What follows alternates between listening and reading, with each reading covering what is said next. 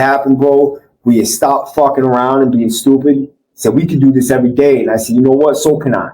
So after this, I think they had like an idea that I wasn't playing around, bro, because they sent me to the hospital. I came back. They put me in a cell, freezing cold, butt naked, with nothing in there. No blankets, no nothing, right?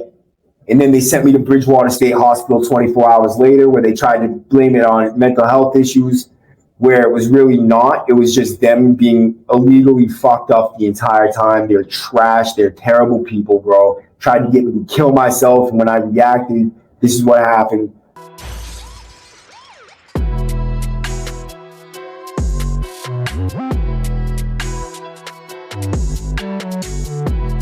Welcome back to the motherfucking government. So, what I'm going to talk about today is the dirty, crooked cops in disciplinary detention unit in Walpole State Prison, right? So, let me tell you a little something about the Walpole State Prison in the disciplinary detention unit that you don't know if you've never been there. It is a place where you go when you stab somebody or kick them in the face, right?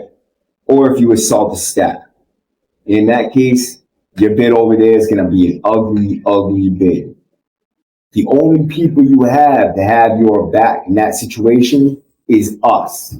We are the ones who are supposed to hold it down for each other and make sure that the COs don't fuck with you. In recent days, right, these motherfuckers, dude, would go to lengths to respect you and treat you with dignity because they knew that if they go and do some stupid shit, that out in population, the CO that did that stupid shit would get smashed out in population by the inmates or convicts. That we call each other convicts because when it comes down to it, inmate stands for a person who follows the rules and is like a good little inmate, basically. That's what we call you, a good little inmate. Like you do what you're supposed to do and you will tell on people. You'll do whatever, dude, because you're a lame.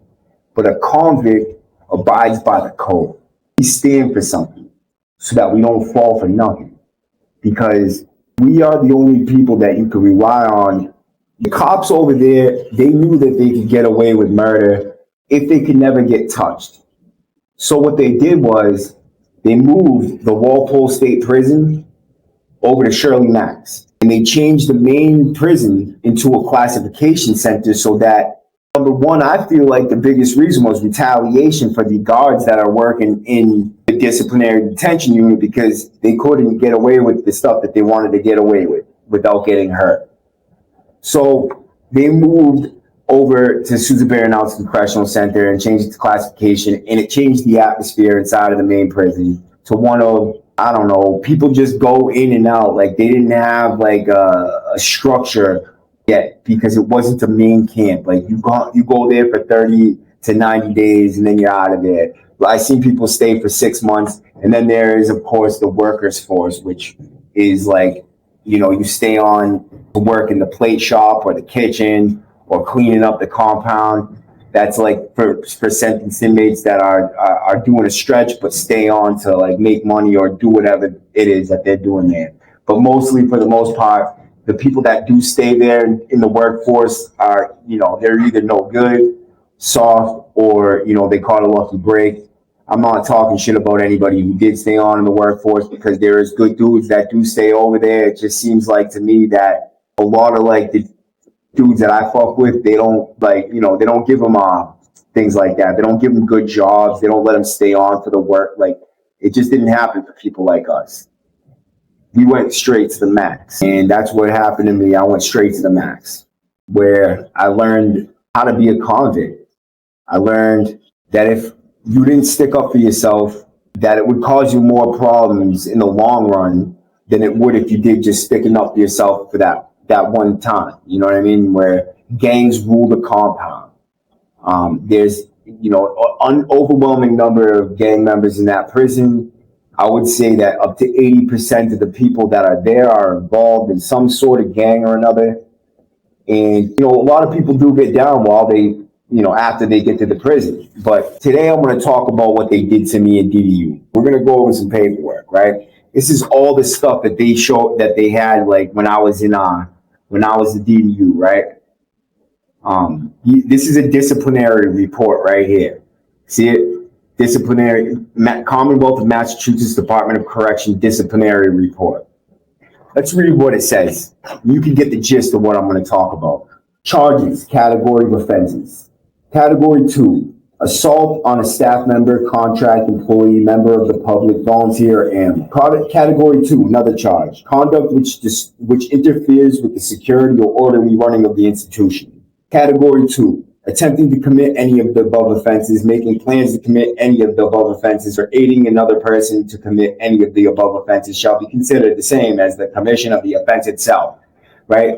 That charge right there, they have every category of that charge, meaning that if you get a category 2 charge, they're going to throw that in there as a category 2 charge. If you get a category 3 charge, they'll throw that onto that there. Then, you could get tickets with all levels of charges, category 2, 3, 4, and they'll give you one of those for each category. It's another way for them to get another sanction out of you. So like they could take your canteen for that one thing right there, plus they could take your canteen for the other 2. You know what I mean? It's crazy. Like they get away with so many different little fucking things.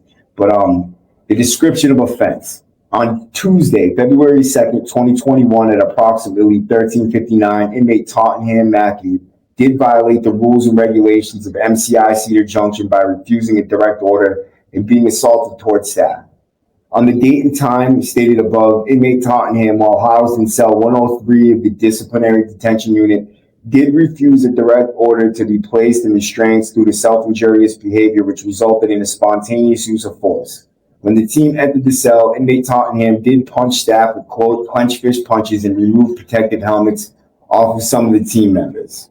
This is what happened for this ticket to come about. So on February 2nd, 2021, as it stated, I was in disciplinary detention unit. I was about to wrap up my sentence. I was doing the last 2 years in segregation that I was going to do. Everybody on the tier had been complaining because this one CO, this all started over, was Sergeant Ledigo, right? Let me find a picture of this bitch-ass motherfucker for you. I got pictures of the COs and I got pictures of myself when this happens. Well, this is one of the other officers, Samuel. Okay, let me phone. That's Officer Samuel right there, right? Vicious punk bitch, right? Been accused and convicted of many different assaults on inmates. Never got fired, only got hired. Higher and higher and higher. Promotions for all. All you have to do is beat up an inmate. Right here. Here we go. This is the lame right here, dude. Right? That's him. Sergeant Ledigo. Seemed like an Italian kid, maybe from North or East Boston. Acted like he was cool at first, right? Like when I say cool, I mean like he wasn't an outright punk type. You know what I mean? He tried to keep his bullshit he acted like he was not the type of dude to fuck with you. But in reality, he was the worst, the fucking worst. And he instigated the other COs on the tier to be like that as well. So what happened was other inmates on the tier were complaining that the COs were taking all their property out of their cell when they went to yard or wherever. And this is their strategy, right? Fuck with them when they go to yard. Fuck with them when they go to classes. So that way they don't want to leave their cell and go to classes. Right? So what they do is they strip search you, and then they started this little thing where they wanted you to spread your butt cheeks with your fingers and cough every time you go in and out of your fucking cell, which to me is gay, and whatever. But at the same time, it's like, that's just what it is, dude. You have to be some sort of gay to be wanting to do that. So if they have a problem with that, then they should really look in the mirror. But let me get back. Let me tell you what happened, why this all went down. So on February 2nd, 2021, I was in my cell, and earlier that morning there was a school class, or it was a mental health class. You go out and you talk to a clinician about whatever.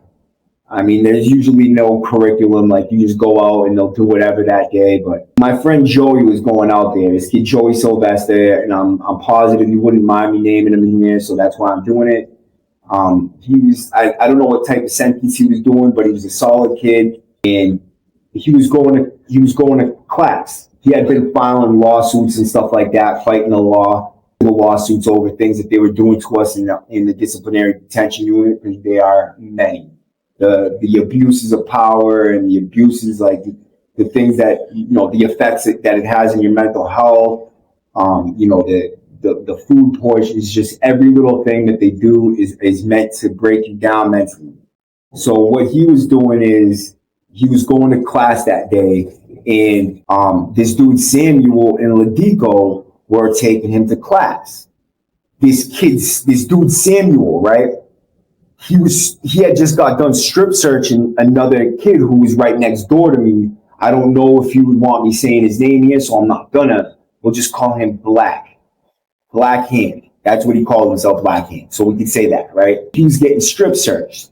When he was getting strip searched, Sergeant Samuel's wife is a known whore, right? She had been banging all these different COs, and she got caught by Samuels in the parking lot getting the mandingo from another mandingo, and he got pissed, opened the door, he caught them doing this in the backseat of her car in the parking lot of the facility, ripped open the back door and hopped on the dude. They start fighting, and the dude beats Samuels up butt naked, dude, with his freaking thing flying around and everything, right?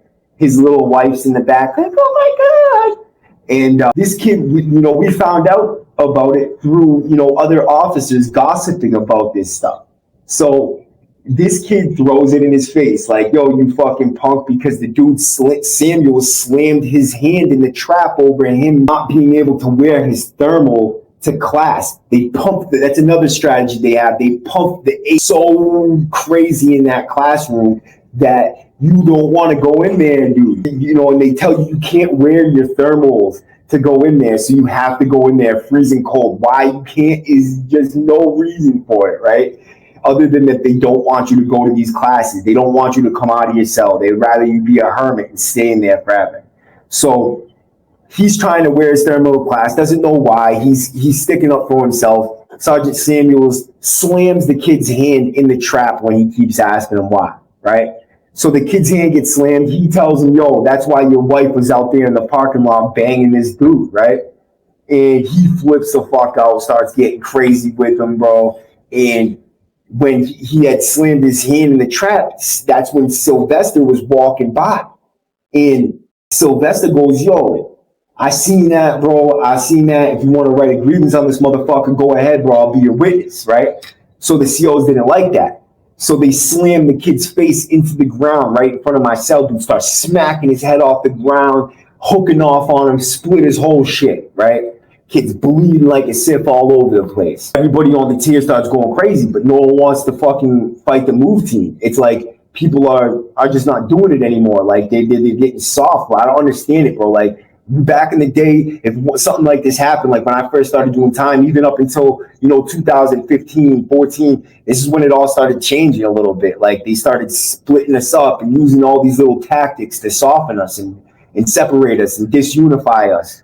But we have to stick together in there, man. For anybody still behind the wall, stick together. This is the only way to stop them from hurting us and from doing us dirty, bro. It is the best way to live comfortably, as comfortable as you possibly can. Not to say that anybody should be in prison. Anybody should go to prison. Prison is not the way to live your life. And for reasons as what I'm talking about today, this is why you should never go to prison, right? So this dude gets his head smashed in, right? And they pick him up, right? They go in his cell, they start ripping his cell apart, and they spit a loogie in his cell. Now, the dude who spit a loogie in his cell had COVID. So dude goes out, they don't even send him to the hospital, right? They have this lady there, dude, she's like an Arab lady, bro, right? She literally asked this dude, like, this is the type of person this lady was. She asked this dude, right? He said he had a headache. She said, are you masturbating too much? And he said, what? She says, yes, you're masturbating too much. Stop masturbating. This is her response. Like, this is the type of people they are, dude, right? And when they beat this kid up in front of my cell, there was 2 mental health workers standing at the end of the tier, watching silently, never reported it, right? A reason why they don't like to report these things is that these staff will run them out of there. The COs will run those staff that tell on them or stick up or whistle blow.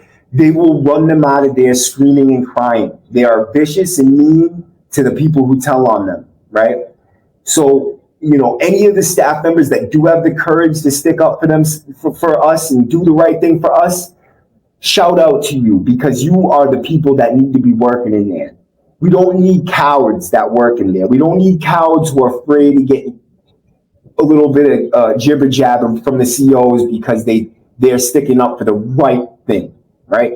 That's the difference there. It's not you're not doing something wrong. You're doing something right, and you're dealing with some bullshit because of it, and therefore you are a real person. You deserve to be working in there. If you're not going to do that type of shit, get the fuck out of there, for real. We don't need cowards in this system. We don't. Not on either side of the fence, right? So these two staff members don't say nothing. I'm in my cell, and I'm like, you know what, man? I had enough, bro, right? After this happened, they took the kid who had started over, the one that said that to Samuels, brought him up to a class, or the top of the stairs, sorry. They brought him up in the stairwell, those stairwells I was talking about that they don't have cameras on, and they took one of his handcuffs off, surrounded him by 8 cops, and told him to do something, right?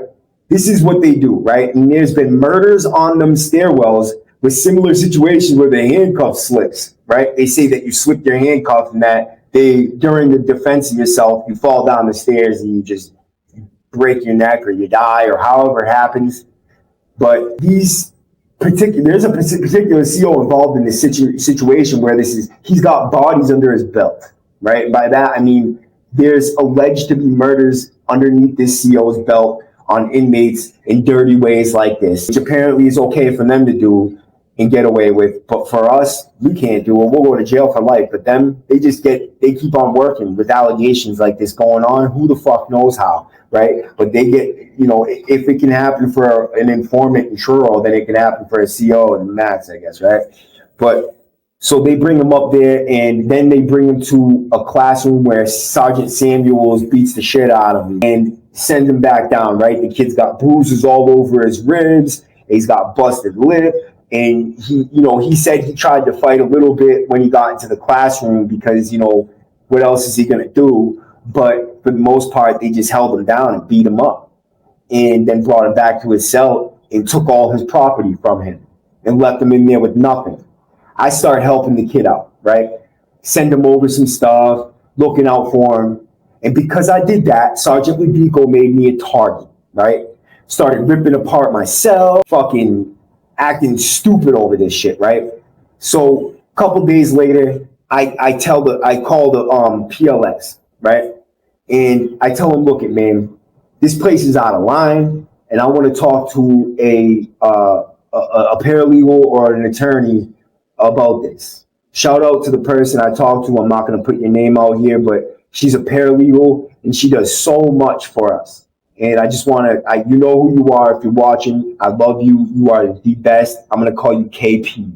And you know who you are. I love you. You're such a good person, right? She calls me out to do a Zoom conference with her.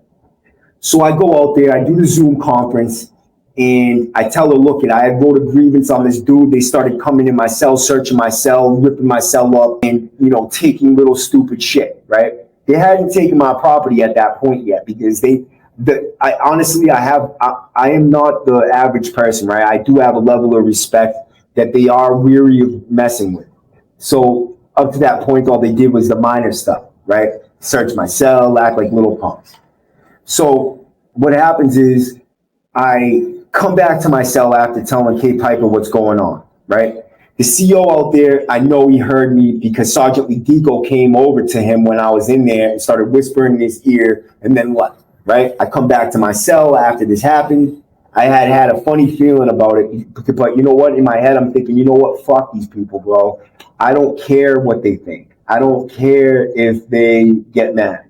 I don't, because I'm not going to be that coward. I'm not going to be them 2 mental health workers, those staff members that don't say nothing, because the only people you can rely on to protect you in there is yourself and your fellow convicts, right? The inmates, Fuck them, right? Now, I'm sorry for swearing so much on here. My mother hates it, but I get it. I have strong emotions when it comes to this type of thing. So I get back to my cell. There's nothing in there, right? They took everything I own out of my cell. So there's a razor blade on my desk. Now, this is all in the lawsuit I filed. And this is how I got all this paperwork, is the lawsuit.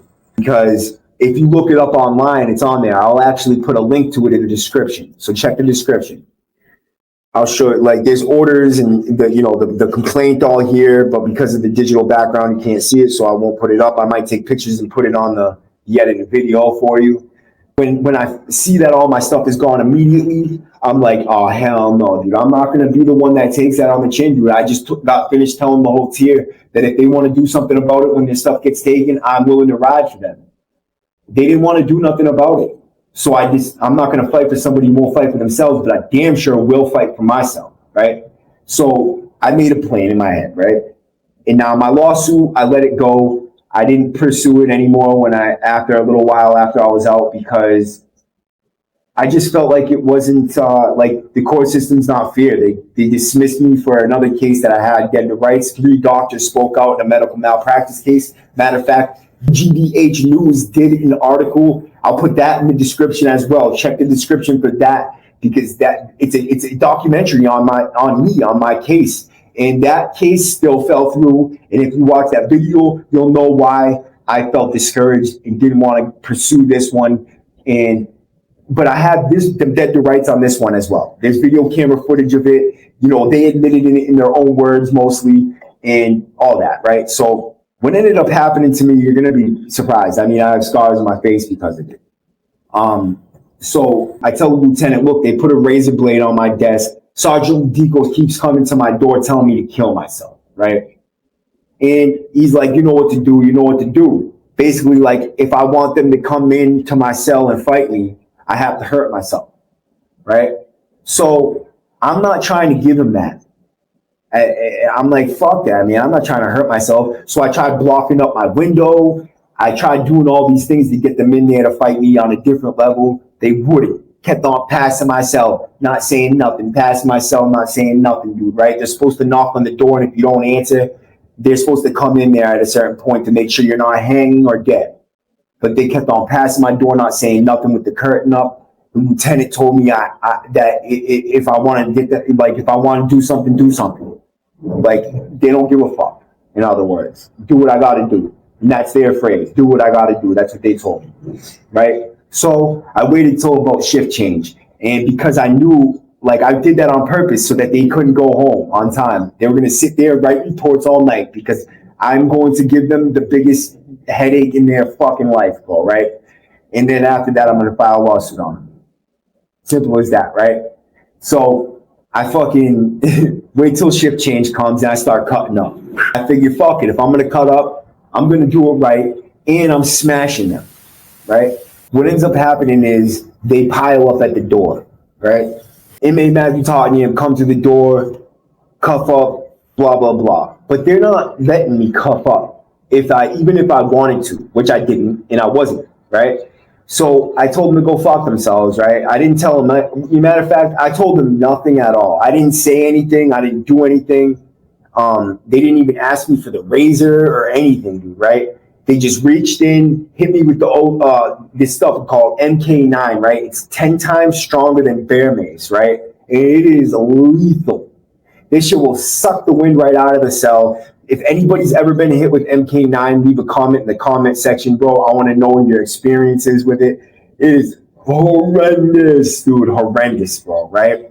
And then they come in. As soon as they come, the door starts opening, but it's nice and slow. I had taken a blanket and covered myself with it so that I didn't get direct contact on my skin with the MK9. And I made a gas mask to protect my lungs and my mouth, and my breathing from the MK9.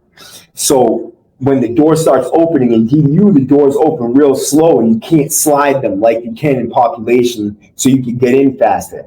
So they have to wait for the door to open enough for them to get through with the shield. So they're stuck at the door with the shield, and I'm noticing, like, man, it's taking a little while. So you know what? I ran to the door. I reached over. I grabbed the top of the shield, and I put my foot at the bottom, and I kicked it real hard so that the shield came down.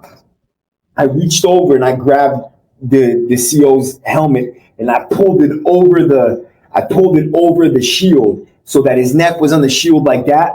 And I ripped his helmet off like that and I just boom, blasted him, right? Then they come through the door and start smashing, dude, right? I grabbed Wadiko's helmet, twisted like that, threw him on the ground. Then, obviously, I'm feeling punches the whole time, right? They were illegally not letting me cuff up. Like, when I went to the door, tried to cuff up, they wouldn't let me. They come in, I'm fighting them, boom, giving it my all, bro. As soon as that door cracks, I'm giving it my all, bro. Smashing, boom, punching. They're hitting me, I'm hitting them, and I get the shield out, I get the helmets. I ripped off some chest plates and arm plates, like they have stab vests and stuff like that on. Ripped them off. Boom, I pile drive one dude to the back of the cell. And they're not used to people giving them a hard time like this, bro. I was physically a beast. Like, you were not fucking with me on any type of level, bro. I was a savage. So they get me on the ground, and then, boom, it's over, bro. They lifted one of my legs up when I had the dude at the back of the cell. And from there on, you have no footing. I had no way to do it. So both my hands hit up on the ground.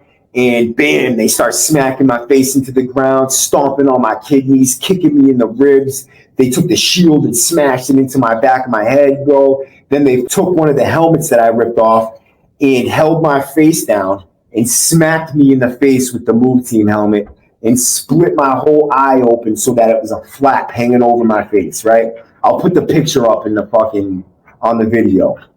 Savage beating that went on for about 5 minutes. They held me down in there and beat me up for a good amount of time. After this happens, they take me out. They lead me into the protocol room and they tell me, oh, well, we might have to send him out to the hospital with this one because the injuries are so severe. They were trying not to send me to the hospital. Even though I had a concussion, my eye was hanging off. Literally, dude, the flap of skin was hanging over my eye. And my face was just trashed. My eyes were blackened. And, you could see the bruises all over my midsection. Like, I was beat up pretty bad, dude. It looked like I got into a car accident. And, I told him, I'm like, look, and now that this has happened, bro, will you stop fucking around and being stupid? Said, we could do this every day. And I said, you know what? So can I. After this, I think they had like an idea that I wasn't playing around, bro, because they sent me to the hospital. I came back. They put me in a cell, freezing cold, butt naked, with nothing in there, no blankets, no nothing, right? And then they sent me to Bridgewater State Hospital 24 hours later, where they tried to blame it on mental health issues, where it was really not. It was just them being illegally fucked up the entire time. They're trash. They're terrible people, bro. Tried to get me to kill myself. And when I reacted, this is what happened. And I'm going to read you some of the reports that came with it. On Tuesday, February 2nd, 2021, at approximately 1:59 p.m., I Sergeant Wadiko, assigned to the B Wing, and the DDU did respond to a Code 99 inmate cutting up on inmate Tottenham Matthew W102714. In cell number 103 on the B1 tier, I donned protective gear and reported to cell number 103 on the B1 tier. When the team arrived at the cell, inmate Tottenham was cutting his arms, which I wasn't. I stopped cutting my arms, with an unknown object and was giving several direct orders to drop the object by lieutenant and to cuff up, which inmate Tottenham refused. I did not get any orders to drop anything or cuff up. They didn't even give me an option to cuff up. They just sprayed me with gas. At approximately 2:02 p.m., the team entered the cell and inmate Tottenham met the team at the door with force by aggressively throwing punches and trying to rip off our helmets. Inmate Tottenham was pushed to the back into his cell by the team and taken to the ground. While on the ground, inmate Tottenham was given several direct orders to stop resisting. If anybody's ever been in this situation, you'll hear that stop resisting while they smash your faces. And to comply with being put in restraints but continue to fight the team, which honestly I did. I was resisting because I knew that even if I didn't, they would still say I was and still beat my ass, right? But continued to fight the team by throwing punches and resist being put in restraints. After a brief struggle, I maintained control of inmate Tottenham's left arm as he was placed in restraints. At this point, I maintained control of the inmate's left arm as we assisted him to his feet and escorted him to a triage to be seen by medical. Once in the triage, inmate Tottenham was seen by and treated by medical staff. I continued to control the inmate's left arm as we escorted him from the triage room to C4, multi-purpose room, and secured him in the module. I had no further contact with this inmate, EOR. That was the dude himself that started all this shit, Sergeant Ladigo. This is CO William Naheem. On Tuesday, the 2nd of February, 2021, at approximately 1:59, I, Lieutenant Naheem, was involved in a spontaneous use of force on inmate Tottenham Matthew while assigned as a A-Wing Sergeant.